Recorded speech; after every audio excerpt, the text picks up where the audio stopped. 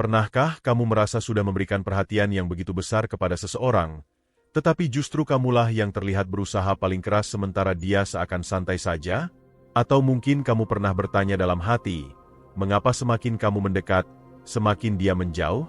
Pertanyaan seperti ini sebenarnya tidak asing, dan justru semakin relevan di era komunikasi cepat seperti sekarang, ketika perhatian menjadi komoditas yang sangat mahal. Banyak orang tidak sadar bahwa cara mereka memberikan perhatian justru membuat mereka terlihat kurang bernilai di mata orang yang mereka sukai. Saya ingin mengajak kamu melihat situasi ini dengan cara yang lebih jernih dan logis. Di balik dinamika hubungan, selalu ada pola psikologis yang bekerja. Ketika perhatian diberikan terlalu cepat, terlalu banyak, atau terlalu mudah, otak manusia cenderung menganggapnya sebagai sesuatu yang tidak perlu diperjuangkan. Ini bukan tentang bermain tarik ulur, bukan tentang manipulasi, tapi tentang memahami bagaimana manusia menghargai sesuatu yang tidak langsung tersedia. Dan justru di titik inilah kita bisa mengubah dinamika hubungan, bukan dengan mengejar, tetapi dengan memberikan ruang bagi dia untuk ikut bergerak. Melalui pembahasan panjang ini, saya ingin menunjukkan cara praktis agar kamu tidak terjebak menjadi orang yang selalu berinisiatif tanpa balasan, sekaligus membangun posisi yang lebih kuat, lebih berwibawa, dan lebih dihargai. Setelah bagian ini, kita akan masuk lebih dalam tentang apa yang sebenarnya terjadi ketika kamu memberi perhatian secara berlebihan, mengapa itu bisa menurunkan ketertarikan, dan bagaimana membalik keadaan agar dia yang mulai berusaha mendekati kamu. Ketika kita berbicara tentang perhatian, pada dasarnya kita sedang membahas sebuah mata uang emosional. Manusia selalu memberi nilai pada sesuatu berdasarkan cara dan proses ia mendapatkannya. Jika sesuatu hadir terlalu cepat, terlalu mudah, dan tanpa usaha, maka nilai itu menurun secara psikologis, meskipun orang tersebut sebenarnya baik atau tulus. Inilah alasan mengapa banyak hubungan atau interaksi baru berakhir tidak seimbang. Satu pihak terlalu bersemangat, sementara pihak lain merasa nyaman untuk tidak melakukan apa-apa. Saya ingin mengajak kamu memahami bahwa dinamika ini sering muncul bukan karena niat seseorang untuk meremehkan kamu, tetapi karena kamu sendiri tanpa sadar memberikan sinyal bahwa kamu siap berinvestasi sepenuhnya, bahkan sebelum ia menunjukkan niat yang sama. Coba kamu refleksikan sejenak. Pernahkah kamu mendapati dirimu menjadi orang yang selalu memulai percakapan duluan? Atau kamu yang selalu mengonfirmasi apakah dia sudah makan, sudah pulang, sudah istirahat? Di awal, ini mungkin terlihat manis dan penuh kepedulian. Namun pada titik tertentu, otak orang yang menerima perhatian tersebut akan menganggap bahwa kamu selalu ada sebagai sebuah kepastian. Dan ketika sesuatu dianggap pasti, manusia berhenti memberi usaha. Ini mekanisme psikologis yang sangat dasar. Bahkan sudah diamati sejak lama dalam penelitian tentang hubungan interpersonal. Namun menariknya, ketika kamu mengubah pola pemberian perhatian, respons emosional seseorang juga ikut berubah. Salah satu hal pertama yang perlu kamu pahami adalah bahwa manusia cenderung menghargai sesuatu yang tidak langsung tersedia. Sama seperti bagaimana kamu lebih menghargai barang yang harus kamu tabung sekian lama, manusia juga menghargai hubungan yang membutuhkan proses, bukan yang tiba-tiba hadir dan memberi segalanya. Jadi ketika kamu menahan diri dari memberi perhatian berlebihan, itu bukan berarti kamu menjadi dingin atau tidak peduli. Kamu sedang membangun ruang agar dia bisa melihat nilai dirimu dari jarak yang lebih objektif. Saya sering melihat pola yang sama berulang di banyak cerita hubungan modern. Misalnya, seseorang terlalu sering chat duluan karena takut kehilangan momentum. Padahal, justru tindakan itulah yang membuat momentum itu hilang. Terlalu cepat memberi perhatian membuat kamu tampak seperti pihak yang membutuhkan, bukan pihak yang diinginkan. Manusia secara naluriah tertarik pada orang yang terlihat memiliki arah hidup, tujuan, dan ritme yang stabil. Ketika kamu selalu standby untuk membalas pesan dalam hitungan detik, kamu mungkin terlihat responsif, tetapi juga mengirimkan pesan tersembunyi bahwa hidupmu berputar di sekitarnya. Ini hal kecil, tetapi pengaruhnya sangat besar. Ada juga fenomena menarik di Indonesia beberapa tahun terakhir, terutama setelah era digital membuat komunikasi semakin instan. Banyak orang merasa bahwa hubungan harus selalu intens, selalu tersedia, selalu cepat. Padahal intensitas yang terlalu cepat di awal justru membuat hubungan sulit bertahan.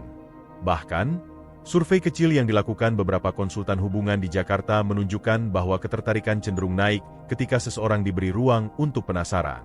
Ini menunjukkan bahwa rasa ingin tahu adalah bahan bakar utama dinamika ketertarikan, bukan perhatian tanpa batas. Sekarang coba kamu bayangkan sebuah dialog imajiner. Misalnya saya bertanya, kalau dia tidak membalas pesanmu selama 4 jam, apa yang kamu rasakan? Kamu mungkin menjawab, saya mulai bertanya-tanya dia sedang apa. Lalu saya bertanya lagi, kalau kamu tidak membalas pesannya selama 4 jam, apa yang kemungkinan dia rasakan? Kemungkinan besar, dia juga bertanya-tanya. Dan rasa penasaran itu menciptakan dinamika yang jauh lebih hidup dibanding hubungan satu arah. Di sini kamu melihat bagaimana satu jeda kecil saja bisa mengubah energi hubungan secara signifikan. Namun menahan perhatian bukan berarti memainkan permainan tarik ulur yang tidak sehat. Bukan pula soal berpura-pura sibuk atau sengaja mengabaikan pesan. Yang kita bicarakan adalah keseimbangan. Perhatian yang berkualitas datang dari tempat yang stabil, bukan dari ketakutan kehilangan kontrol. Jadi langkah pertama yang perlu kamu ambil adalah membangun ritme hidupmu sendiri. Aktivitas, pekerjaan, hobi, perkembangan diri. Ketika kamu memiliki dunia yang penuh, perhatianmu menjadi lebih bernilai karena kamu memberikannya dari ruang yang benar, bukan dari kekosongan. Ketika kita membahas cara agar dia mulai berusaha, ada satu prinsip dasar yang perlu kamu pahami. Manusia bergerak ketika ia merasa ada sesuatu yang layak dikejar. Jika kamu memberikan seluruh perhatianmu tanpa syarat, kamu menghilangkan ruang itu. Kamu membuat hubungan terasa terlalu selesai bahkan sebelum benar-benar dimulai. Di titik ini, hal paling penting bukanlah menghilang atau bersikap dingin, tetapi menciptakan keseimbangan antara kehadiran dan jarak. Keseimbangan inilah yang membangun rasa penasaran, dan rasa penasaran inilah yang memunculkan usaha dari pihaknya. Salah satu kesalahan paling umum dalam hubungan modern adalah kecenderungan untuk memprioritaskan seseorang secara berlebihan ketika kamu baru mulai tertarik. Kamu memberi perhatian penuh, menyesuaikan jadwalmu, dan menempatkan dia sebagai pusat perhatian. Padahal ia belum tentu melakukan hal yang sama. Ketika sikap ini terjadi, kamu secara tidak langsung memberikan sinyal bahwa kamu bersedia menerima peran yang pasif dari dia. Kamu menunjukkan bahwa kamu tidak membutuhkan usaha dari dirinya, karena kamu sudah menyediakan semuanya. Akibatnya, dinamika hubungan jadi timpang. Coba kamu perhatikan dalam konteks sosial yang lebih luas. Di lingkungan pertemanan, orang yang selalu tersedia cenderung tidak dianggap mendesak. Kita tidak merasa terburu-buru membalas pesannya atau menanggapi ajakannya. Sementara teman yang jarang muncul tapi berkualitas, justru membuat kita menunggu kehadirannya. Prinsip ini berlaku dalam hubungan pribadi. Ketika kamu terlalu cepat hadir, kamu justru menurunkan daya tarik natural yang seharusnya dibangun melalui proses. Jadi jika kamu ingin membuat dia yang berusaha, langkah pertama adalah mengembalikan ritme interaksi ke posisi yang lebih sehat. Dalam praktiknya, cara paling sederhana untuk menciptakan perubahan ini adalah dengan memperhatikan pola perhatianmu sendiri. Misalnya, jika kamu biasanya membalas pesan dalam hitungan menit, cobalah memberi sedikit jeda ketika itu tidak mendesak. Bukan untuk memanipulasi, tetapi untuk mengembalikan keseimbangan. Kamu mengizinkan dirimu bernapas, memprioritaskan aktivitasmu, dan memberi dia ruang untuk berpikir. Seringkali, jeda singkat ini cukup untuk membuat seseorang menyadari bahwa kamu bukan selalu tersedia seperti sebelumnya. Dan ketika kesadaran itu muncul, ia akan mulai menyesuaikan langkahnya. Ada alasan psikologis kuat yang membuat strategi ini efektif. Ketika seseorang merasa kehilangan sesuatu, bahkan dalam porsi kecil saja, otak akan mengaktifkan mekanisme yang membuatnya mencari. Mekanisme ini disebut reward prediction error, ketika pengalaman tidak sesuai dengan ekspektasi yang sudah dibangun otak. Jika dia terbiasa dengan perhatianmu yang stabil dan terus-menerus, lalu mendadak perhatian itu berkurang secukupnya, otak akan bertanya-tanya. Pertanyaan itu memicu rasa ingin tahu, dan rasa ingin tahu memicu tindakan. Ini bukan trik, tetapi dinamika psikologis yang sangat manusiawi. Namun sebelum kamu mengubah pola perhatian pada orang lain, pastikan kamu membangun dulu fondasi pada dirimu sendiri. Kamu tidak bisa terlihat bernilai jika kamu sendiri tidak melihat nilai itu dalam dirimu.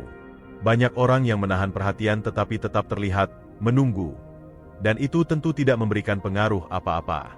Menahan perhatian hanya akan efektif jika kamu juga membangun kualitas hidupmu sendiri. Mulailah dengan memperkuat rutinitas yang membuatmu produktif.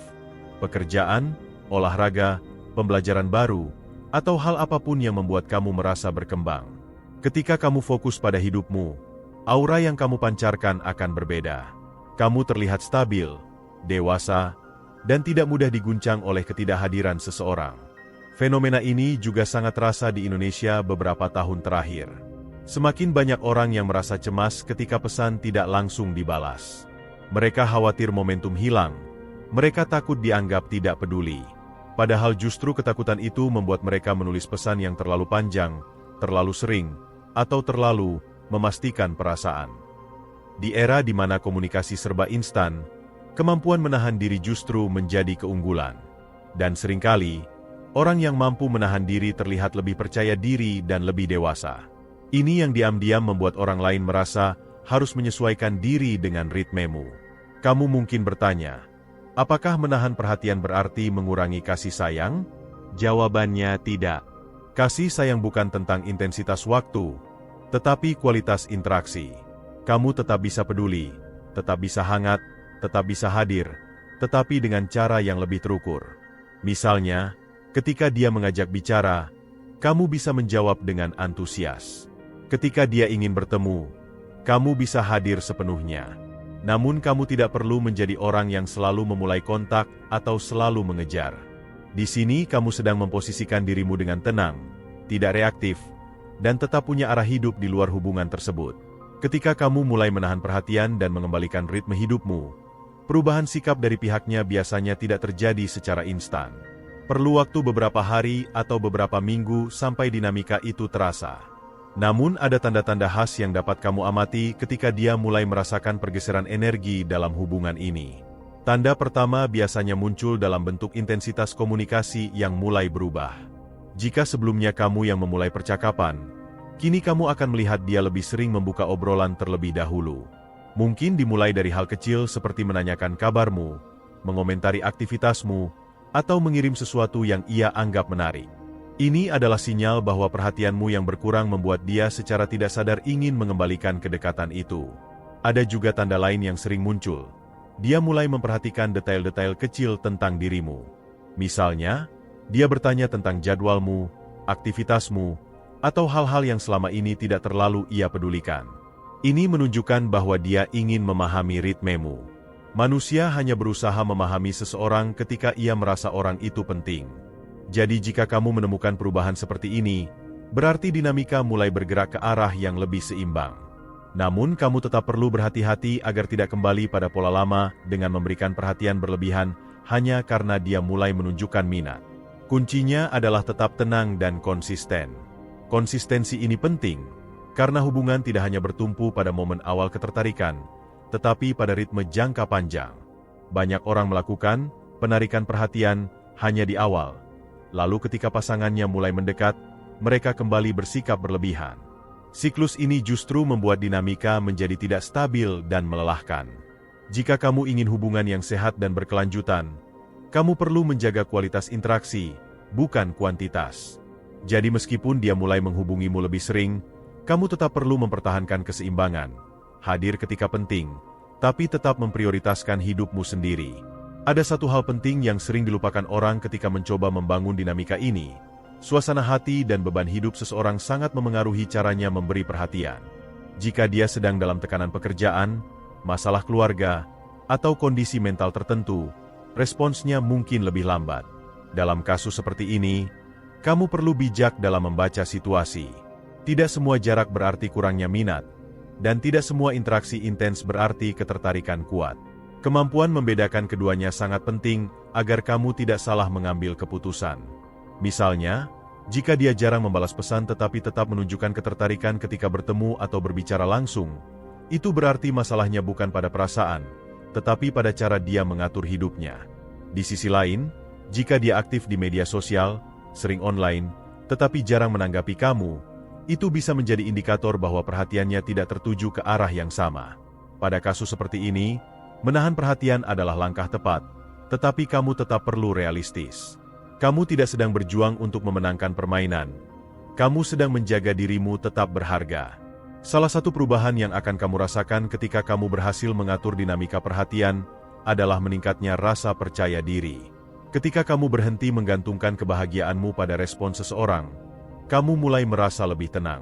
Kamu tidak lagi terburu-buru ingin membuktikan diri, kamu tidak lagi takut kehilangan momen, dan kamu tidak lagi merasa harus mendapat validasi dari orang yang kamu sukai. Ketenangan seperti inilah yang membuat kamu terlihat lebih dewasa dan menarik. Banyak orang tidak menyadari bahwa daya tarik terbesar seringkali muncul dari cara seseorang membawa dirinya, bukan dari seberapa sering ia hadir. Sikap tenang ini juga memengaruhi cara kamu berinteraksi. Kamu tidak lagi menulis pesan panjang yang menjelaskan segala hal. Kamu tidak lagi mempertanyakan hal-hal kecil, dan kamu tidak lagi mencari konfirmasi terus-menerus. Ketika kamu berbicara, kamu jadi lebih terarah, lebih jelas, dan lebih tegas. Ini membuat dia melihat kamu sebagai seseorang yang stabil secara emosional. Orang yang stabil selalu memiliki daya tarik magnetis, karena mereka memberikan rasa aman. Ketika kamu mencapai titik ini, kamu tidak perlu lagi menarik diri secara sengaja. Kehadiranmu sendiri sudah memiliki nilai. Penting untuk kamu ingat bahwa tujuan dari seluruh proses ini bukan membuat dia merasa kehilangan atau membuatnya mengejar secara tidak sehat. Tujuannya adalah menciptakan hubungan yang setara, di mana kamu dan dia sama-sama berusaha. Ketika hubungan dibangun dalam keseimbangan seperti ini, kualitasnya akan terasa berbeda. Kamu tidak lagi takut ia berubah, dan ia tidak lagi merasa bahwa kamu bisa diambil begitu saja. Justru hubungan seperti ini yang bertahan lama, karena didasari oleh saling menghargai, bukan ketergantungan. Ketika dia mulai menunjukkan usaha, disinilah banyak orang justru kehilangan ritme. Mereka merasa lega, merasa akhirnya perjuangan mulai dibalas, lalu secara spontan kembali memberi perhatian berlebihan seperti sebelumnya. Pola ini sangat umum dan terjadi tanpa disadari. Kamu mungkin berpikir, akhirnya dia tertarik juga. Lalu kamu kembali mengirim pesan rutin, memberi update tentang kegiatanmu, atau menjadi lebih responsif dari biasanya. Permasalahan muncul ketika perubahan ini terjadi terlalu cepat. Dia belum sepenuhnya menyesuaikan diri dengan dinamika baru, dan tiba-tiba kamu kembali memberikan perhatian tanpa batas. Akibatnya, kamu mengulang pola lama yang membuat daya tarikmu menurun. Itulah sebabnya menjaga momentum adalah fase yang paling penting. Kamu perlu memahami bahwa ketertarikan tumbuh melalui konsistensi, bukan melalui momen-momen besar yang tiba-tiba. Jika kamu ingin dia tetap berusaha, kamu harus membiarkan pola itu berkembang secara alami. Misalnya, ketika dia mulai lebih sering memulai obrolan, kamu boleh membalas dengan hangat, tetapi tetap sesuai ritme hidupmu. Jangan langsung mengosongkan jadwal hanya karena dia mengajak bertemu. Jangan langsung membalas pesan begitu muncul notifikasi. Kamu tetap perlu hadir, tetapi dengan porsi yang terukur. Ada baiknya kamu mulai melihat hubungan seperti sebuah alur musik. Jika tempo terlalu cepat sejak awal, kamu akan cepat kehabisan napas. Jika terlalu lambat, kamu kehilangan dinamika. Yang kamu butuhkan adalah tempo stabil yang membuat interaksi terasa nyaman dan tumbuh secara bertahap. Dalam konteks hubungan, tempo itu dibangun melalui respons yang matang, tidak terburu-buru, tidak berlebihan, tetapi cukup untuk menjaga kedekatan. Inilah yang membuat dia merasa bahwa kamu bukan sekadar seseorang yang bisa hadir kapanpun, tetapi seseorang yang memiliki dunia sendiri, memiliki tujuan sendiri, dan memilih untuk berbagi ruang dengan dirinya. Selain mengatur tempo, kamu juga perlu memperhatikan kualitas komunikasi ketika dia sudah mulai berusaha. Banyak orang terjebak dalam pola komunikasi dangkal, sekadar bertanya, "Lagi apa? Sudah makan?" Atau komentar singkat yang tidak memberikan kesan apapun. Jika dia mulai mendekat, kamu perlu membangun komunikasi yang lebih bermakna. Berikan percakapan yang membuat dia berpikir, merasakan, atau berimajinasi. Misalnya, ketika dia bertanya tentang harimu, jangan menjawab dengan satu kalimat saja. Berikan sedikit narasi yang menunjukkan sisi dewasa dan berwawasan dari dirimu. Komunikasi seperti ini menciptakan koneksi emosional yang lebih dalam dan membuat kehadiranmu terasa berkualitas. Fenomena menarik yang sering terjadi di Indonesia adalah kecenderungan orang-orang untuk mempertahankan hubungan melalui intensitas, bukan kualitas. Mereka berpikir hubungan akan kuat jika keduanya terus berkomunikasi tanpa henti setiap hari. Padahal kualitas hubungan justru dibangun dari percakapan-percakapan yang memiliki makna. Kamu tidak perlu mengobrol berjam-jam setiap hari. Kamu hanya perlu memberikan interaksi yang bernilai. Interaksi yang meninggalkan kesan ketika percakapan itu selesai. Itulah interaksi yang membuat orang ingin kembali lagi. Selain itu, memahami bahasa tubuh dan respons emosinya juga penting ketika dia mulai berusaha. Perhatikan apakah ia memberi perhatian secara tulus atau hanya karena kamu membuatnya penasaran. Misalnya, jika dia mulai bertanya tentang hal-hal personal atau menunjukkan rasa peduli tanpa alasan spesifik, itu tanda bahwa ketertarikan mulai berkembang. Namun jika perhatiannya hanya muncul ketika kamu terlihat menjauh, lalu menghilang ketika kamu mendekat, itu pertanda bahwa ia lebih menyukai dinamika, kejar-kejaran, bukan hubungan yang sehat. Dalam kasus seperti itu, kamu perlu tetap tenang dan tidak larut dalam permainan emosinya. Bagian penting lainnya adalah membangun batasan emosional. Batasan bukan tentang menjauh, tetapi tentang menjaga kesehatan mental dan harga dirimu. Kamu perlu tahu hal apa saja yang boleh dan tidak boleh kamu toleransi. Misalnya, jika dia tiba-tiba lama menghilang tanpa kabar dan kembali seolah tidak terjadi apa-apa, kamu tidak perlu langsung merespons antusias. Kamu bisa menjawab dengan sopan tetapi tetap menjaga jarak emosional. Batasan seperti ini membuat dia memahami bahwa kamu bukan seseorang yang mudah digoyahkan. Ketika kamu berhasil menjaga batasan dan ritme, kamu akan merasakan perubahan penting dalam dirimu. Kamu tidak lagi mudah terpengaruh oleh jarak yang dia buat. Kamu mulai memahami bahwa kamu memiliki kontrol atas caramu merespon situasi, bukannya dikuasai oleh kecemasan. Perubahan internal seperti ini seringkali lebih kuat daripada strategi apapun yang kamu terapkan secara sengaja. Ketika kamu tenang, tidak reaktif, dan tetap punya arah hidup, kamu terlihat jauh lebih menarik di mata siapapun. Dia akan merasakan bahwa kamu memiliki pondasi yang kokoh. Ketika dinamika hubungan mulai stabil dan dia sudah lebih aktif berusaha, tahap selanjutnya adalah memastikan bahwa pola sehat ini dapat bertahan dalam jangka panjang. Banyak hubungan awal yang tampak menjanjikan justru runtuh karena kedua pihak kehilangan arah ketika fase ketertarikan awal melemah. Itulah sebabnya kamu perlu memahami bagaimana menjaga keseimbangan antara kedekatan dan ruang pribadi.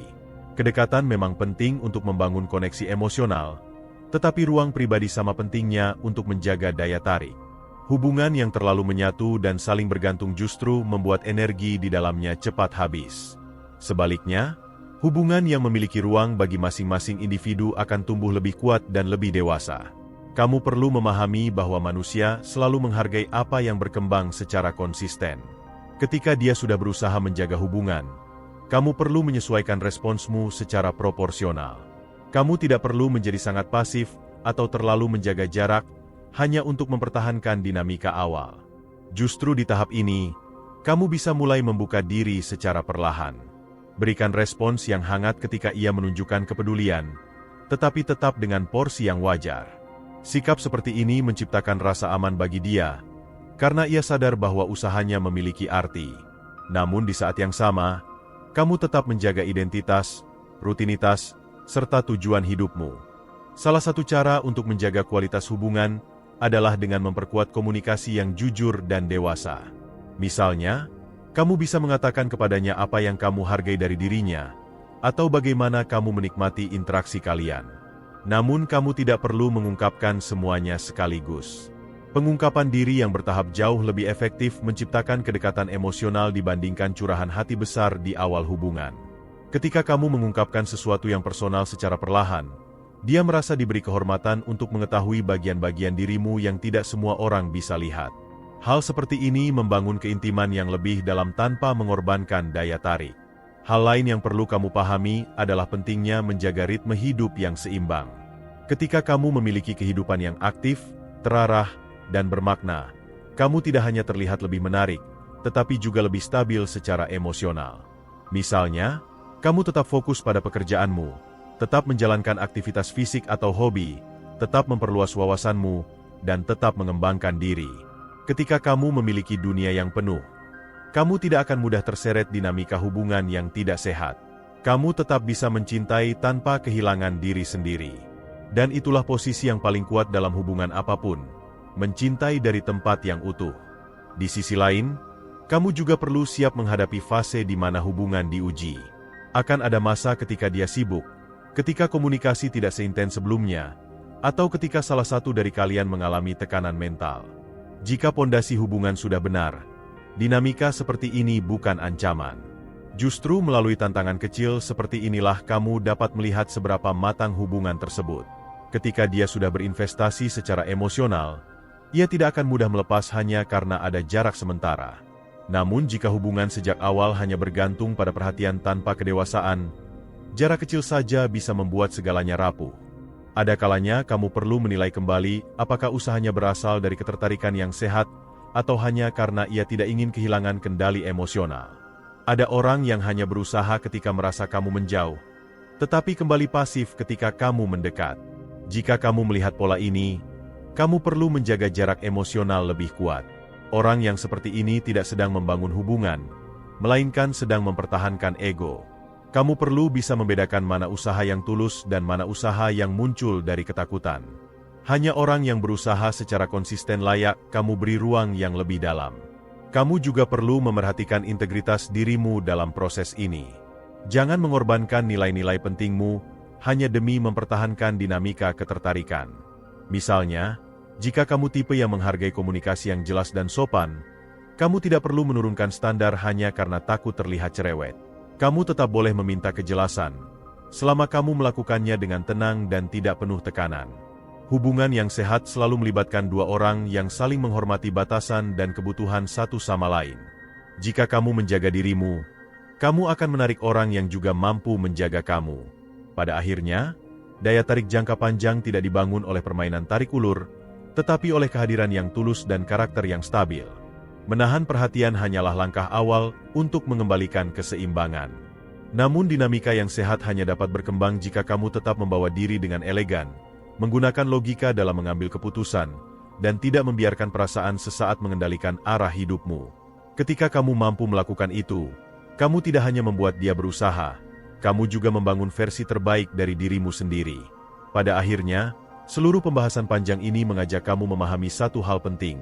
Perhatian adalah sesuatu yang bernilai, dan nilai itu muncul ketika diberikan dengan kesadaran, bukan dengan ketergesaan. Kamu sudah melihat bagaimana dinamika awal hubungan dapat berubah, hanya karena cara kamu mengelola ritme kehadiranmu. Kamu juga memahami bahwa ketertarikan tidak pernah tumbuh dari perhatian tanpa batas, tetapi dari keseimbangan antara kehangatan dan ruang untuk bernapas. Ketika kamu mampu berdiri tegak dengan prioritas dan dunia yang penuh, kamu bukan hanya membuat dia berusaha, tetapi juga menjaga dirimu tetap utuh. Saya ingin kamu mengingat bahwa hubungan yang sehat tidak pernah dibangun atas dasar ketakutan kehilangan seseorang. Hubungan yang sehat lahir dari dua orang yang saling menghargai, saling mengusahakan, dan saling menganggap keberadaan satu sama lain sebagai sesuatu yang berarti. Ketika kamu memberi perhatian dengan porsi yang tepat, kamu menciptakan ruang bagi dia untuk menunjukkan kesungguhan. Kamu membangun ritme yang memungkinkan hubungan berkembang secara dewasa, tanpa permainan ego dan tanpa beban berlebihan. Jadi setelah menonton video ini, saya ingin kamu bertanya pada diri sendiri, langkah apa yang bisa kamu lakukan hari ini untuk memperbaiki cara kamu memberi perhatian? Apa hal kecil yang bisa kamu ubah agar dirimu tetap berharga tanpa kehilangan kehangatan? Dan bagaimana kamu bisa membangun hubungan yang membuat kamu dan dia sama-sama tumbuh? Kalau kamu merasa penjelasan ini membuka wawasan baru, jangan lupa tekan tombol like, tulis pendapatmu di kolom komentar, dan subscribe agar kamu tidak ketinggalan pembahasan penting lainnya. Terima kasih sudah mendengarkan sampai akhir. Kita bertemu di video berikutnya dengan topik yang lebih mendalam dan penuh makna.